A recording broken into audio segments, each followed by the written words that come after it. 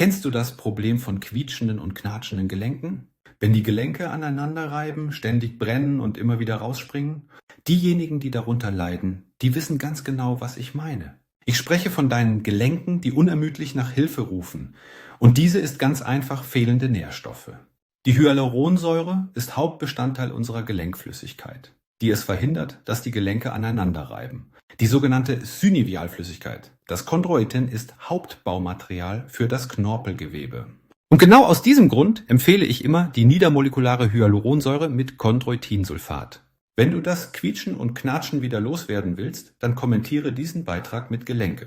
Du kannst mir auch eine persönliche Nachricht schreiben oder dem Link in meiner Profilbeschreibung folgen.